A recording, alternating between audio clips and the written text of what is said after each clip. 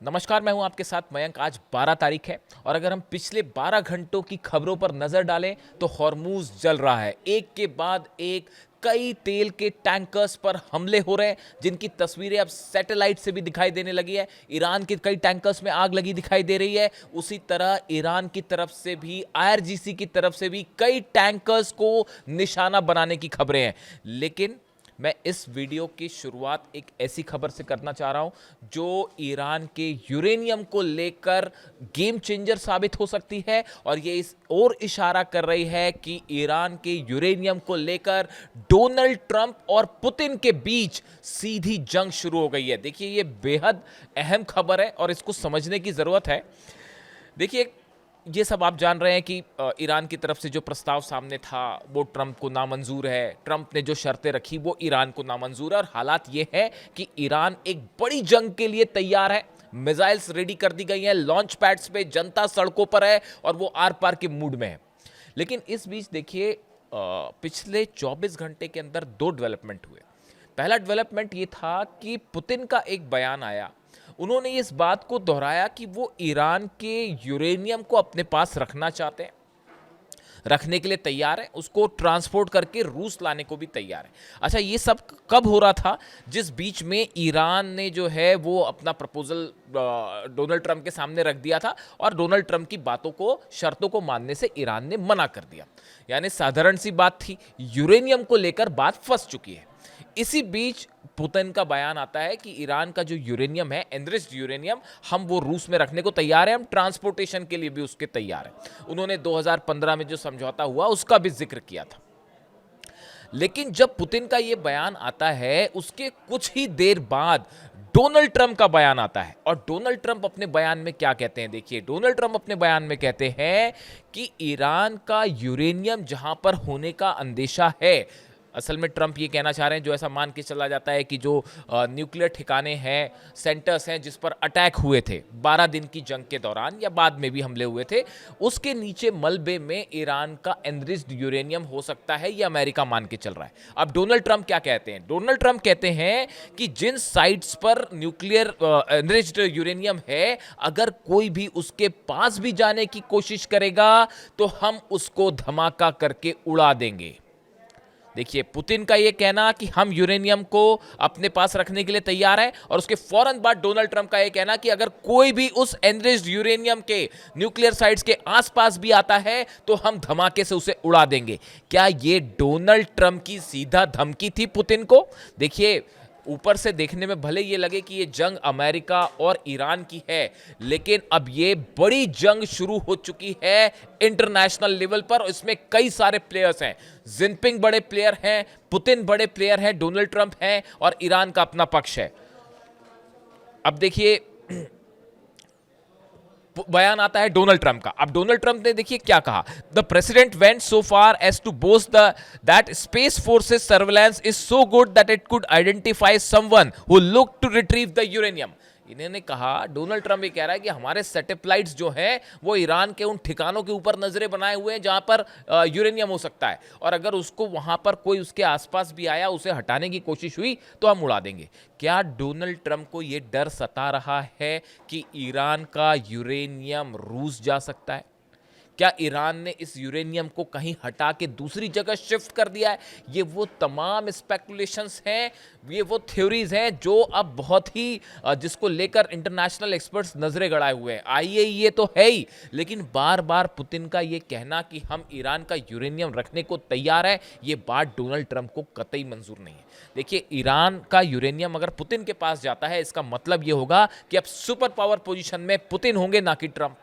बात नंबर 2, अब ज्यादा बड़ा प्रभाव रूस का होगा। रूस ये कहेगा, देखिए हमने जो है वो समझौता करवाया, कोई नहीं कर पा रहा था, ट्रंप खुद कुछ नहीं कर पा रहे थे, हमने ऐसे हालात में ये जंग को रुकवाया और समझौता करवाया।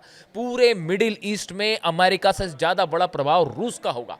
ना सिर्फ, चौथी बड़ी बात आप देखें, जितने अरब देश हैं उन सब पे पुतिन का रिलेशनशिप उन सब के साथ बेहतर होगी, ईरान के साथ तो है ही।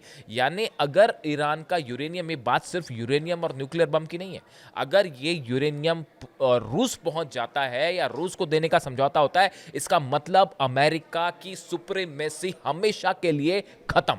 और मिडिल ईस्ट में तो वो हाल अमेरिका का जिसकी कोई हद नहीं।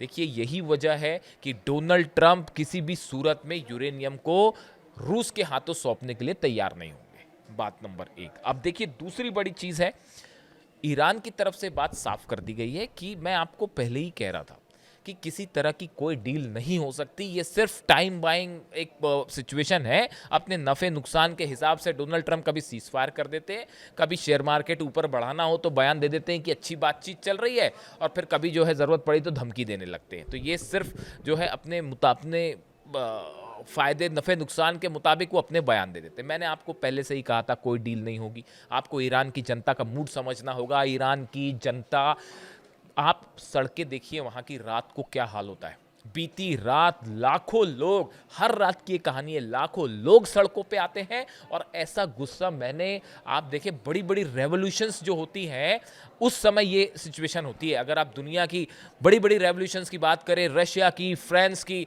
तब आपको ऐसे नज़ारे देखने को मिलते हैं जैसे ईरान में जो लोगों का गुस्सा है, और सबके सब अपनी सेना के साथ ऐसी मजबूती से खड़े हैं जैसे पहले कभी ना हो। यानी देखिए जो खबरें थी प्रदर्शन सरकार के खिलाफ, वो सब खत्म हो चुके हैं। अब आप देखिए वहां की जो ग्राउंड रियलिटी है, ईरान का बच्चा बच्चा एकजुट हो रखा है और अपनी सेना के साथ खड़ा हुआ है।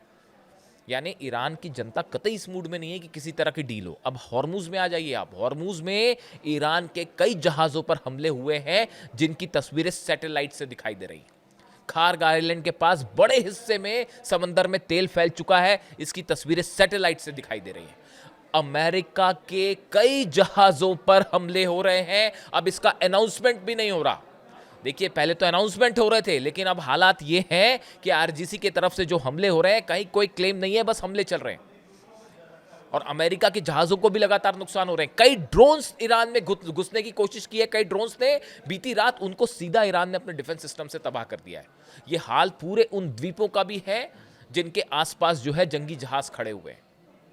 यानी आप देखिए पूरे मिडिल ईस्ट में ईरान के आसपास वो हालात हैं जो सिर्फ इस ओर इशारा कर रहे हैं कि यहाँ से बड़ी जंग के अलावा और कोई रास्ता नहीं है।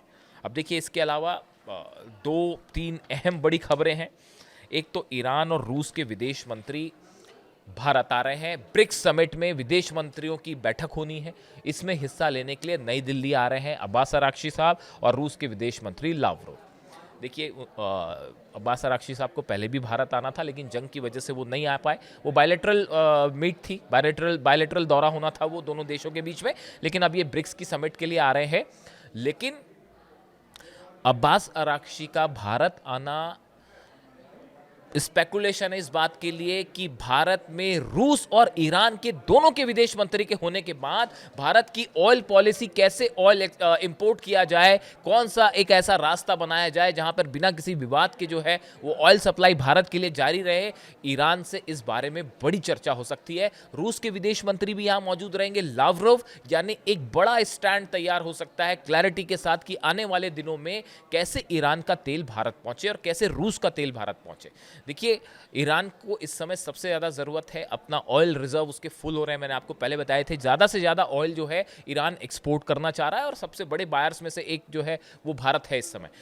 तो अब ये सप्लाई ब्लॉकेड की वजह से उतनी फ्री फ्लो नहीं हो पा रही जैसे पहले थी। तो इसके लिए क्या सॉल्यूशंस हो सकते हैं, क्या रास्ते हो सकते हैं, इस पर एक विस्तार से चर्चा बन सकती है इस यात्रा के दौरान। अब्बास अराक्ची साहब की भारत यात्रा बेहद अहम होगी कई लिहाज से, और ये यात्रा ऐसे समय में हो रही है जब डोनाल्ड ट्रंप चीन की यात्रा पे जा रहे हैं। उनकी जिनपिंग से मुलाकात होगी। देखिए ये विजिट ऐसी होगी जो कि शायद ईरान को लेकर और हॉर्मूज को लेकर एक कोई बड़ा फैसला हो सकता है, और फैसला चीन में हो सकता है।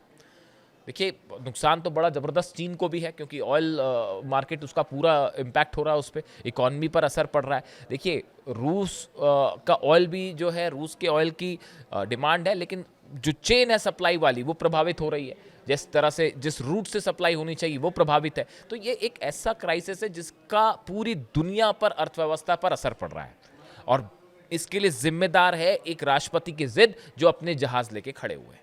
ऐसा कई एक्सपर्ट्स की राय है।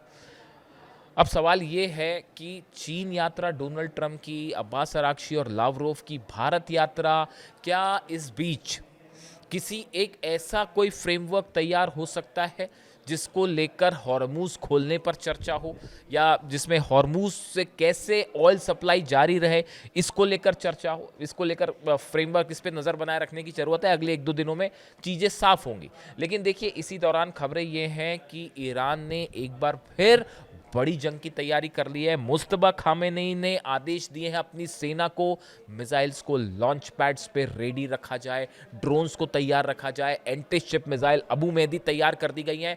बड़ी संख्या में ईरान की सेना का मूवमेंट देखा गया है खार्ग आइलैंड के आसपास, केशम आइलैंड के आसपास। ये वो द्वीप हैं जहां पर हमले हो सकते हैं अमेरिका की तरफ से।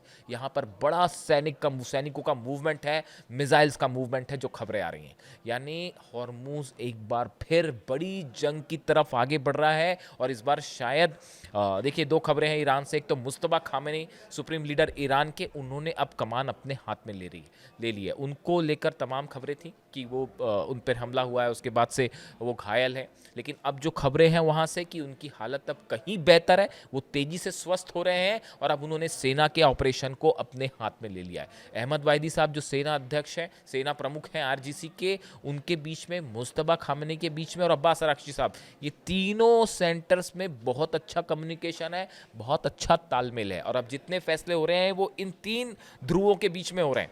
और अब्बास अराक्ची भारत के दौरे पे आ रहे हैं। निश्चित रूप से भारत और ईरान के रिलेशनशिप के लिए ये बड़ा दौरा होगा, इस पे नज़रें बनाए रखने की ज़रूरत है। लेकिन हॉर्मूज में तनाव अपने चरम पर है और लगातार, देखिए, सीज़फायर है लेकिन वो सीज़फायर नाम का रह गया है। ऐसी कोई रात नहीं जा रही जब हमले ना हो, जब ईरान पे ड्रोन ना घुसते हो, ईरान का डिफेंस सिस्टम एक्टिव ना होता हो, खार्ग आइलैंड के आसपास हॉर्मूज में किसी जहाज पर हमला ना होता हो और ईरान की सेना पलटवार ना करती हो।